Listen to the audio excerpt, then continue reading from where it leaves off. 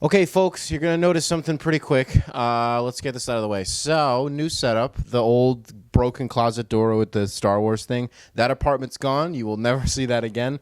Kind of going through some stuff right now. I'm like in between places. Setup might kind of change like periodically. Just bear with me. But today I want to talk about something that oh my gosh. Now, in a trade that was eventually overshadowed by the absolute brilliance that was the Detroit Pistons finally getting to select Cade Cunningham, we still have to talk about it. You know, we still got to go. And I know you're probably like, oh my gosh, he's just going to talk about spacing and how the weird fit offensively and what that's going to be like. Yeah, okay. Yes. I'm going to try not to do that, though, just because that's what everybody else is talking about. So I kind of want to, let's just try not. I'm going to try not to do that because I have other points that I want to make, and I feel like the spacing thing is just super obvious. What I will say, though, is I feel like we've kind of gotten to a point in the NBA where there are like two arguments that always end up kind of just dying a little bit. The main one is there's only one ball. That argument just never really seems to work, and I feel like that's just sort of been the theme of James Harden's career, and like no matter where he goes or who he's playing with, that narrative always seems to come up and it never really ends up mattering in the long run. The second one is the whole spacing thing. It's like, look, when you have three guys like the Lakers do who can play at such a high level, like how much is that really going to matter? It will matter, but how much is going to be the question. So that's, I think, all I'm going to say about that. What makes me the most mad about Russell Westbrook being traded to the Los Angeles Lakers is that I still don't believe that it actually happened.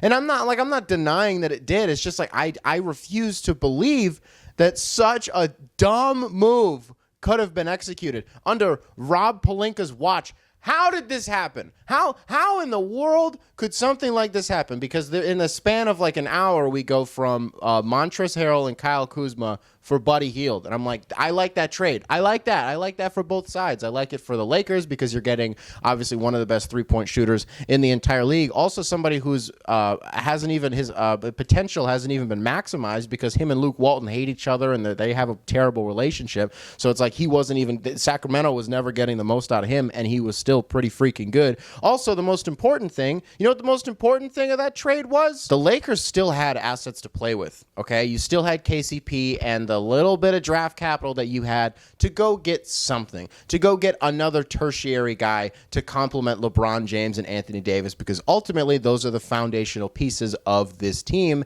and the oil that makes it run. But instead, you opt to just put all of your assets in a pot. Do you want the pot trade? It's like this is what I say. It's a cartoon trade. That's the only way that I can describe it. It is literally as if Rob Pelinka just threw a bunch of names in a hat and was just like, what star can we trade for? And just for no reason at all. Like, this is the epitome of we just went on 2K and put all this stuff in the trade finder. Wow, we can get Russ? This is literally a king of the fourth quarter. No, because Kenny wouldn't make that trade. So now you're relying on what? You're thinking, okay, well, if we just bring back THT and Caruso and stuff, then like we can, mid-season do some flip for them. And it's like, I guess. But this is it. Why? And this is, listen, I think like 70% of the time when I hate something, I want to be proven wrong about it. So more often than not, I want to be wrong, and I'm just in the moment like, I don't like this thing. Right now, it's not that I don't want to be proven wrong about. I think I want it to work because it's LeBron, and I'm through and through a LeBron guy, and that's ultimately the biggest thing.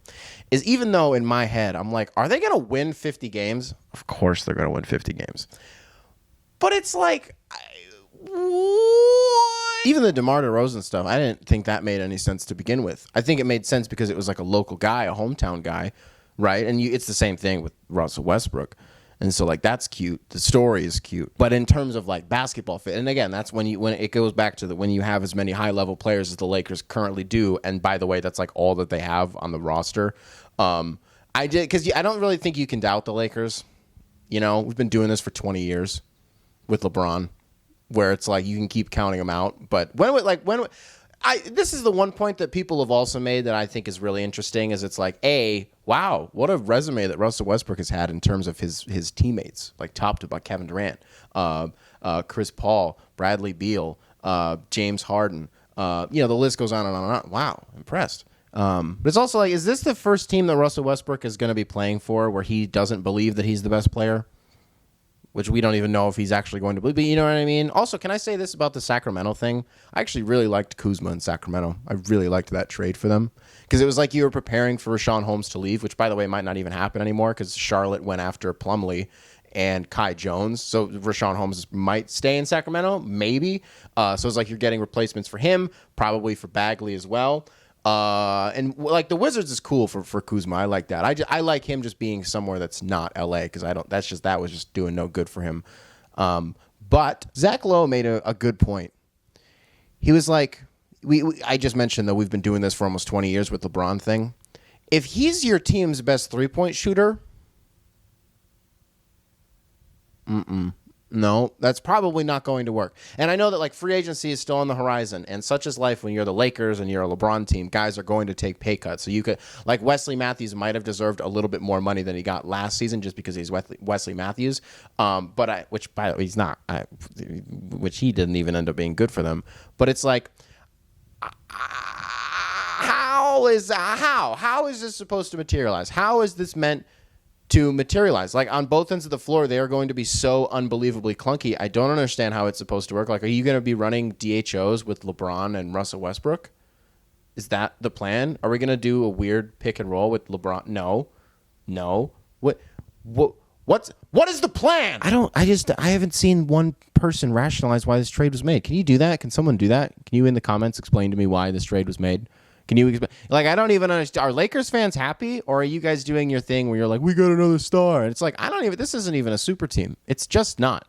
Well, that might age bad. This whole video, honestly, might end up aging terribly, which is fine. I hope that it does. I hope that LeBron gets championship number 5, and I hope Russell Westbrook finally gets to, win a ring and play in another NBA Finals.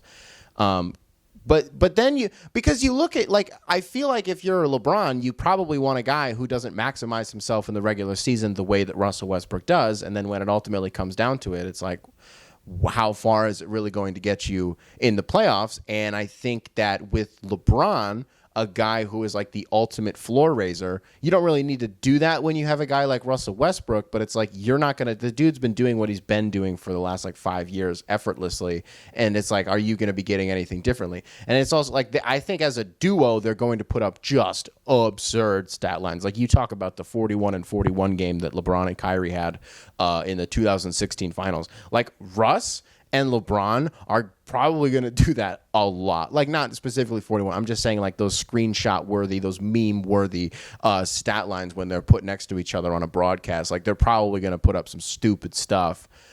But if they like, how is this team?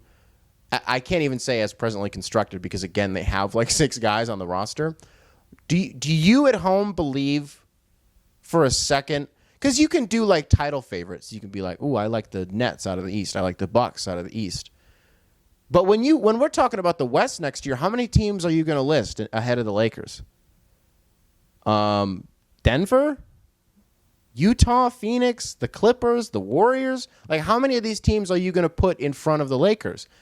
There's a world. No, I don't believe that. I'm going to say it, but I don't believe it because I don't want to leave you guys hanging. I was going to say there's a world where we put Dallas ahead of the Lakers. I do not believe that, just thinking out loud. It's good that I don't believe that. What do I like about this? I like the idea of watching them run in transition. We'll get some really good highlights. We might get some really, really special highlights from this team. And this isn't even like an anti-Russell Westbrook thing, or an anti-Lakers thing. This is just this trade makes no sense.